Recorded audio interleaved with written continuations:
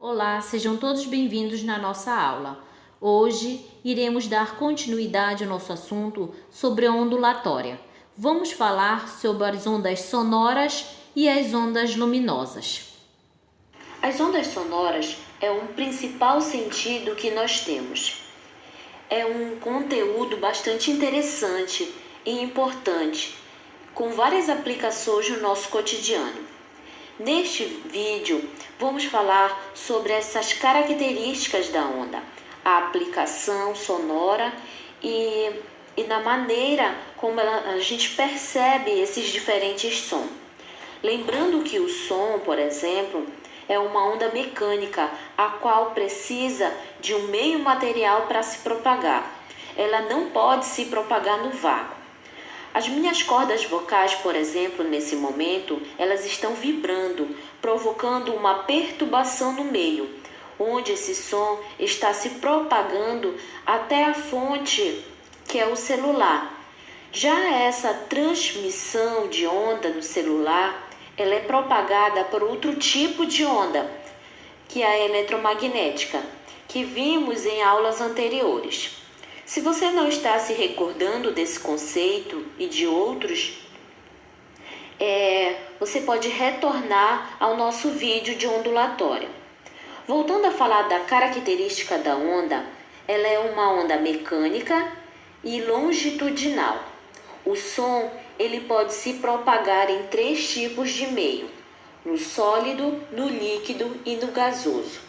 Em cada estado físico da matéria, a sua velocidade ela muda, ela é diferente. Essa velocidade ela depende das distâncias e da intensidade de vibração dessas moléculas. Por isso, a velocidade de propagação no meio sólido ela é muito maior do que nos outros estados físicos.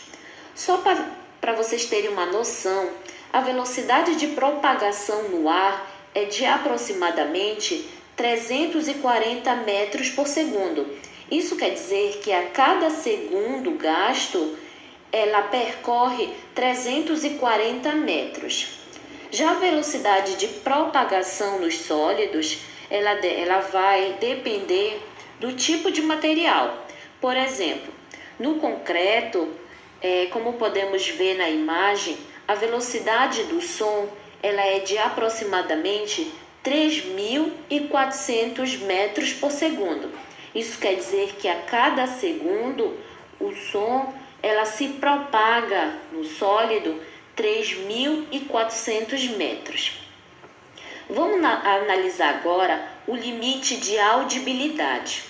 Os seres humanos eles possuem 2 tipos de limite de audibilidade, onde o intervalo de 20 a 20 mil Hz, que é a unidade de frequência de uma onda, e a frequência é o número de oscilações de onda por um certo período de tempo.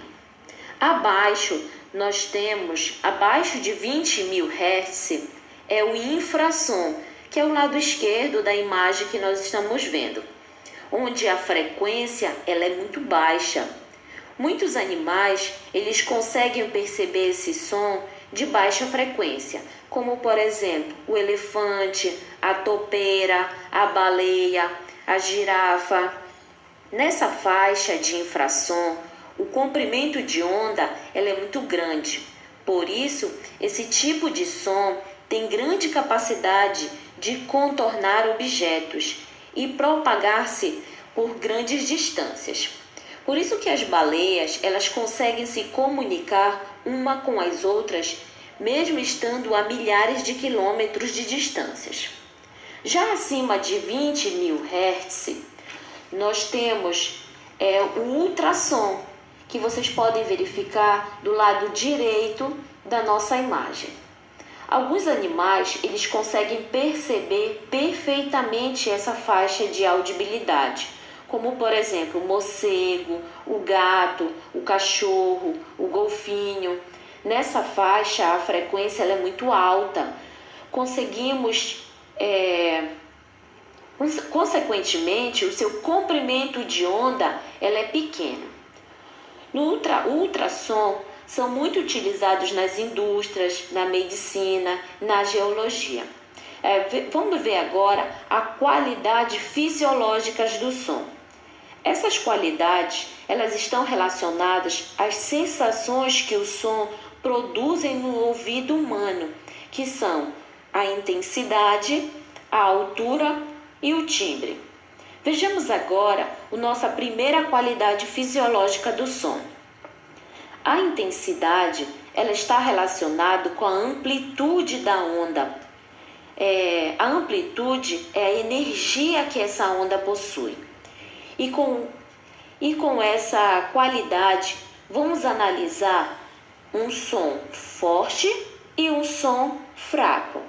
Os sons fortes, eles possuem uma amplitude grande, ela possui uma grande energia. Já o som fraco, ele tem uma pequena amplitude, ela tem uma pequena energia. Tudo bem? Vamos analisar agora outra qualidade do som, que é a altura. A altura, ela está relacionada com a frequência da onda.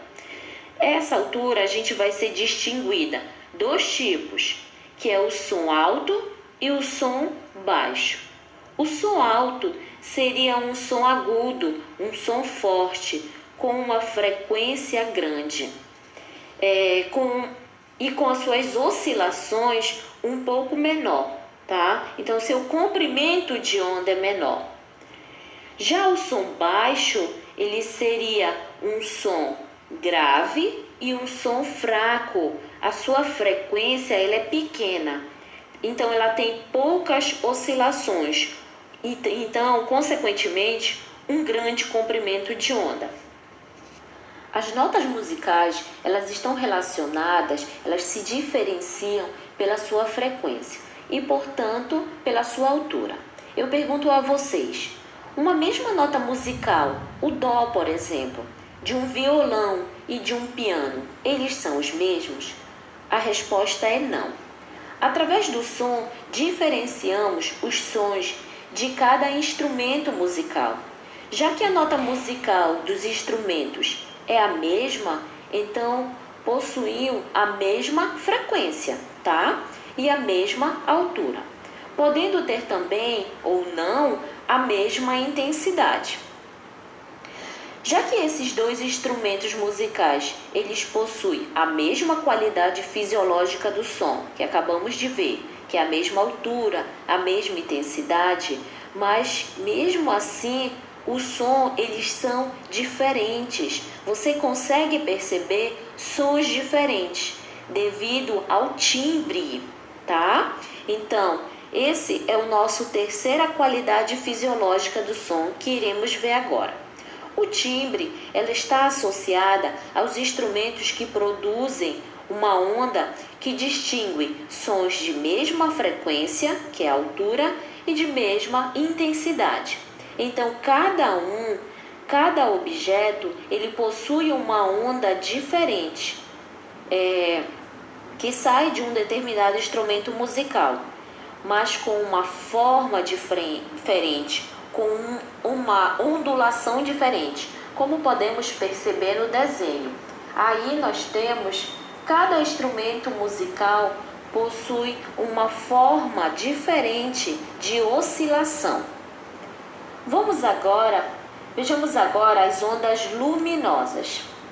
Já vimos que a onda de luz, ela se propaga por ondas eletromagnéticas. A intensidade de uma onda luminosa, ela está associada com a amplitude dessa onda. A amplitude é a energia.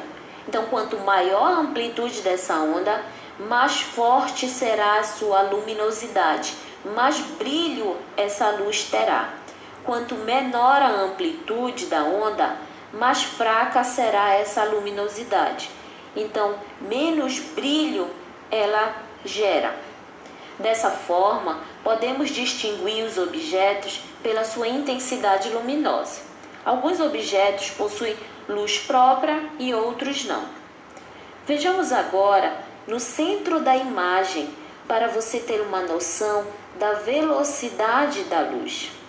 A luz, ela possui uma velocidade de aproximadamente 300 mil quilômetros por segundo. Isso significa que a cada segundo a luz ela percorre 3.000 quilômetros. Segundo Albert Einstein, não existe nada que possa superar a velocidade da luz no universo. Essa luz ela possui outras velocidades menores até sofrer desvio perceptível quando incidindo em outro objeto. Então, dependendo de onde ela está, ela pode sofrer desvio, tanto no vácuo quanto no sólido, no líquido e no gás. Então, cada objeto, cada meio material ou não, que é o vácuo, ela tem uma velocidade diferente. Vejamos agora alguns fenômenos ondulatórios causados pela luz. Nós temos aqui a reflexão, a refração e a absorção. Na reflexão, os raios de luz incidentes em um meio plano, eles refletem essa luz com o mesmo ângulo de incidência.